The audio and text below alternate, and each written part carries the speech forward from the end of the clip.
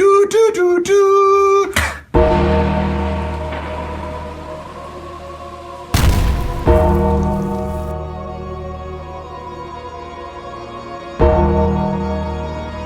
Hello there, I'm Adam from WhatCulture.com and welcome to How WWE Should Have Booked, where I look back at infamous WWE misbooking opportunities and talk about how I book them differently because I'm a smartass.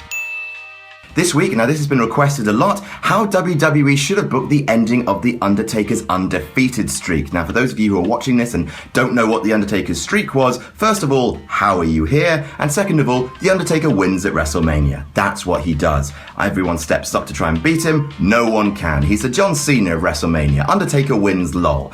At about WrestleMania 21, when The Undertaker's winning streak was at 13-0, the company started treating it like this unassailable challenge. You know, people stepping up to The Undertaker year after year to try and end the streak, hitting an old man with as many finishes as they could and not being able to get the job done. Now, if you think that sounds rubbish, it really, really wasn't, because his matches with the people who tried to beat the streak were often one of the best matches on the WrestleMania card, especially his ones against CM Punk, Triple H, and Shawn Michaels especially. And a lot of people thought that the streak couldn't have been beaten until...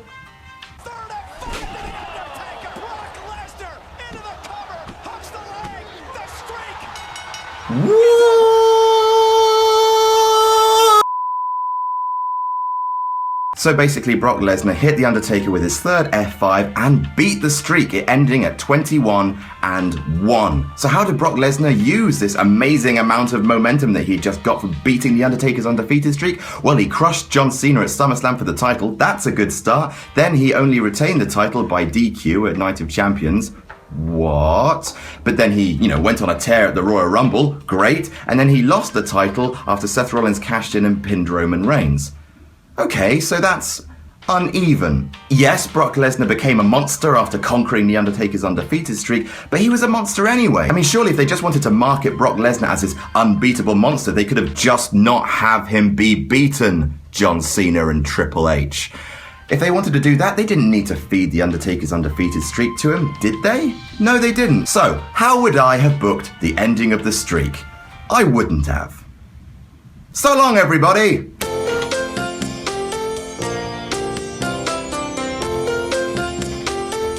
Oh, I suppose you want more than that, Your Majesty. Okay, well, looking at how to end The Undertaker's undefeated streak, you have to look at who needs it most. Is it Daniel Bryan? Is it CM Punk? Is it Tensai? No. The person who needs it most is John Cena. Okay, hold on, everybody. Now, please don't hurt my family. They've got nothing to do with this. John Cena, I can hear you all screaming inside your own heads. He doesn't need that. He's the 15-time world champion. He's the face of the company. He's Superman. He's wah-boo-boo, do-do-do-do.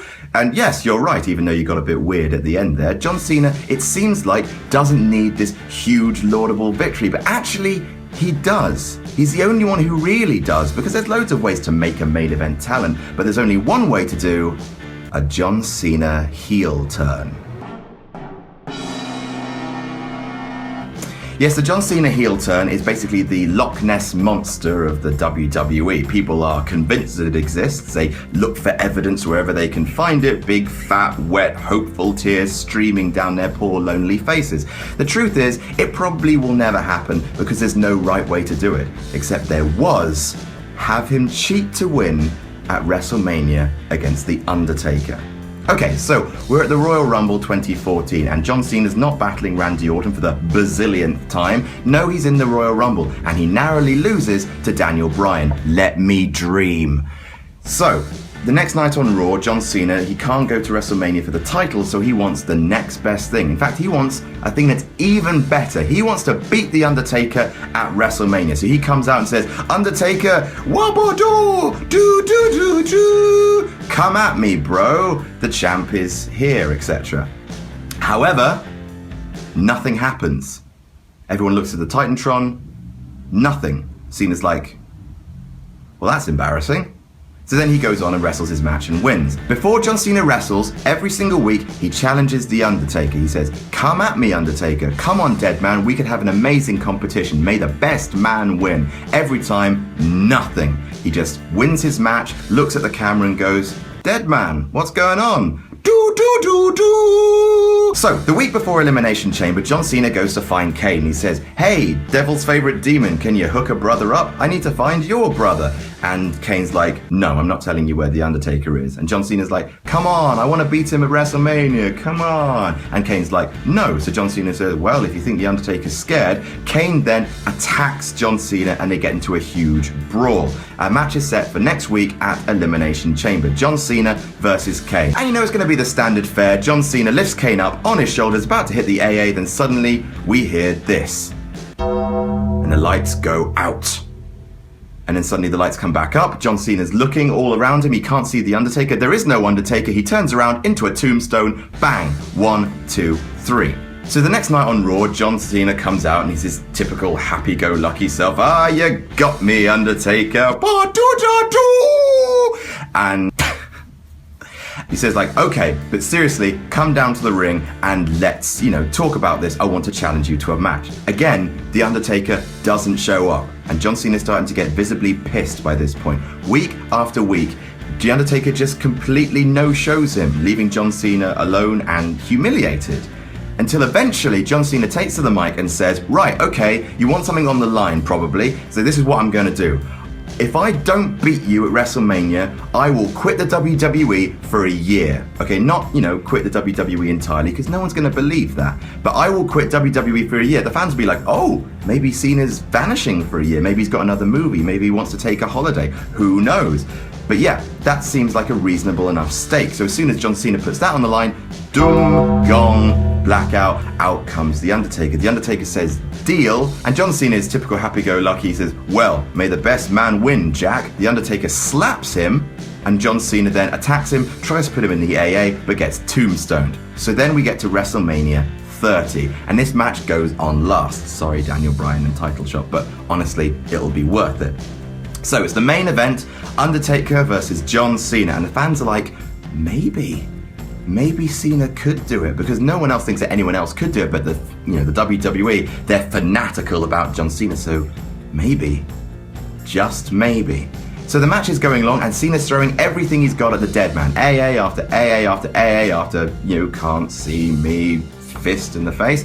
And nothing's working. So Cena's getting more and more sort of pent up and infuriated. And then he punches The Undertaker. The Undertaker falls back into the referee, hits him with his elbow, and then John Cena looks at him. He looks at the fallen Undertaker, looks at the fallen referee, then he looks at the fans. He goes out of the ring. He picks up a steel chair, comes in, pauses, hits The Undertaker with it. He hits him with it again and again and again and again, breaking the chair on The Undertaker. Then he wakes up the referee, hits The Undertaker with one last AA. 1, 2, 3. He stands up. Everyone is stunned. No one thought he could really do it. And he just looks at the crowd and then he smiles. And everyone starts to boo. And the boos will be deafening, because here at WrestleMania 30, you've not just seen one thing you thought would never happen, you've seen two things, and it's all in the same match. John Cena turning heel and beating the streak. And suddenly everyone's like, oh my God. Because that's how you have to package it. People want a John Cena heel turn, but the problem is they want it too much. They sort of believe that, like Hogan's heel turn for WCW, John Cena's heel turn is what the wrestling industry needs to reinvigorate it. They think that everything will be great once John Cena turns bad. So they want it too much. So in order to make it actually a heel turn, in order to give John Cena actual heel heat, you have to bundle it with something they really don't want. And when you think about it, no one really wanted to see the streak end. Now, how the WWE would book a heel John Cena, that's probably a story for another episode. But that's how I book the ending of the streak. Do you disagree? Tell me about it in the comments, and don't forget to like, share, and subscribe. Also, tell me what you'd like to look at next. I will take your request. I'm Adam from WhatCulture.com, and I'll see you soon.